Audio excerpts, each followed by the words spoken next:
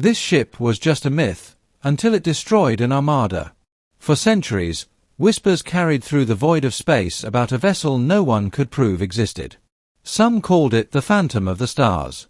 Others spoke of it as the Revenant ship. No registry recorded it.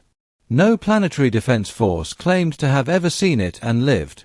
But the stories persisted, an ancient craft, older than any empire, forged by a civilization that had vanished before humankind learned fire. The Galactic Armada dismissed it as superstition. And yet, every admiral knew the tales.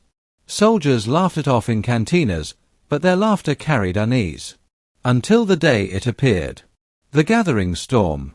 The Armada of the Veiled Dominion stretched across the void like a swarm of steel locusts, over 1,000 warships, destroyers, cruisers, and carriers, each bristling with weapons. Their mission was simple: crush the rebellion of the free colonies, a scattering of human worlds that had resisted Dominion rule. Admiral Kale Varos stood on the bridge of the flagship Eternal Sovereign, gazing at the tactical display.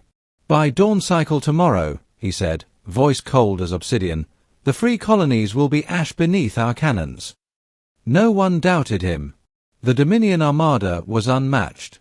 Against it, the colonies could muster no more than a few dozen outdated frigates. Victory was not in question. Only the speed of extermination. But Kale had a flaw. He believed in nothing. Not gods, not legends, not the stories sailors told in dark corridors. That flaw would soon undo him. The first sign.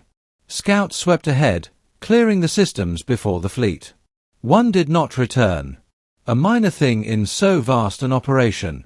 But then, another failed to report. Then 3 more. Kale scowled at the reports. Static interference. Pirates. Anything but the nonsense my men are whispering. The whispers spread anyway. A ghost ship had been seen.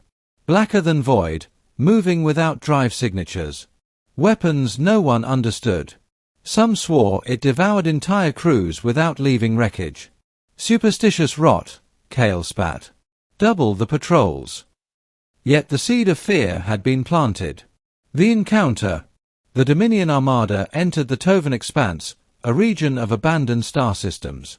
Once home to an elder race, now only ruins drifted amid asteroid belts and shattered moons. The free colonies had no reason to hide here. And yet, here the first true sighting occurred. Lieutenant Ars Juno of the destroyer Iron Fang was the first to see it.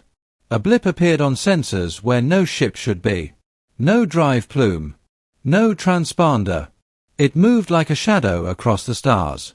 "Captain," Juno whispered, "something is out there." Before her captain could respond, the stars lit with a beam of violet fire. Not plasma, not laser, but something older, rawer. It sliced through the Iron Fang as if the ship were paper. In a single instant, 200 souls were reduced to frozen corpses drifting in space. The shadow was gone before the fleet could react. Panic spread like wildfire. The mythical ship had revealed itself. The Ship of Shadows.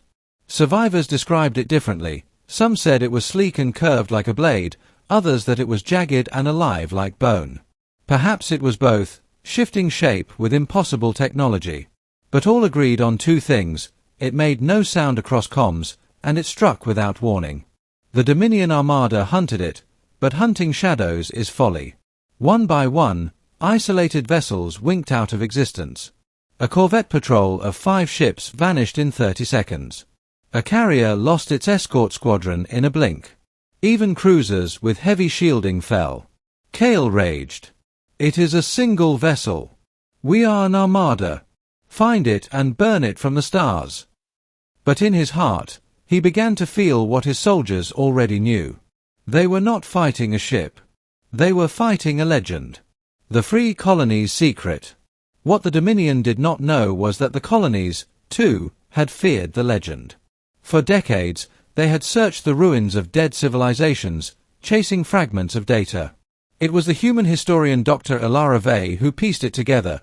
The ship was not a myth, but a relic of the Kyrath, an ancient species that had ascended and left their weapons behind. The colonies had not built it. They had only awakened it. And once awakened, it did not serve them. It served no one. It acted with its own will. But for reasons unknown, it chose to strike the Dominion when the colonies stood on the brink of annihilation. Perhaps mercy. Perhaps chance. Perhaps an ancient vendetta written in the stars. The Armada burns. The Dominion Armada Titan formation, ships clustered close, weapons sweeping every shadow. That was when the myth revealed its true terror. From the void, the black vessel emerged directly inside their formation, as if it had folded space itself.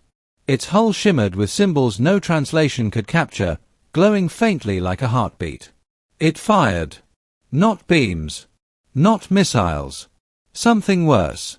A ripple of distortion, like reality itself tearing. Where it touched, Dominion ships simply ceased to be. No wreckage, no flame, just void where a fleet had been.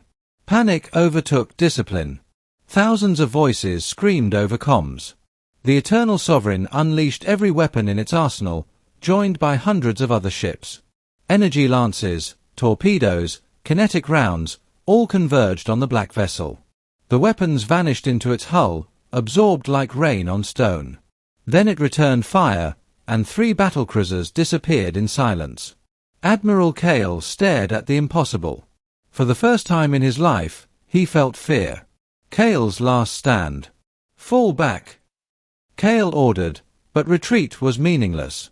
The ship moved faster than light, appearing wherever it willed.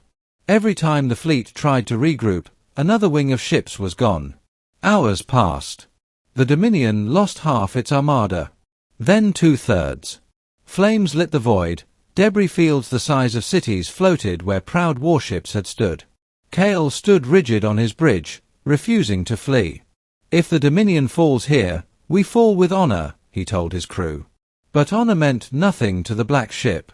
It appeared before the Eternal Sovereign, so close its hull filled every viewport. For a heartbeat, Cale gazed upon its markings, swirling glyphs older than stars, symbols that seemed almost alive. For the first time, he wondered if he was staring into the face of a god. The ship's violet core flared. The Eternal Sovereign was gone. Silence. When dawn cycle came, no Dominion fleet darkened the skies of the free colonies. Wreckage drifted through the Tovan expanse, the remains of an armada that had believed itself unstoppable. And the ship of shadows was gone once more, vanishing into myth as suddenly as it had appeared. The colonies cheered their survival, though none dared claim victory. They had not won. Something else had simply chosen their enemies for destruction. In the halls of power, whispers began anew. Was the ship protector or predator? Was it truly a weapon, or something beyond comprehension, an intelligence testing the galaxy? None knew.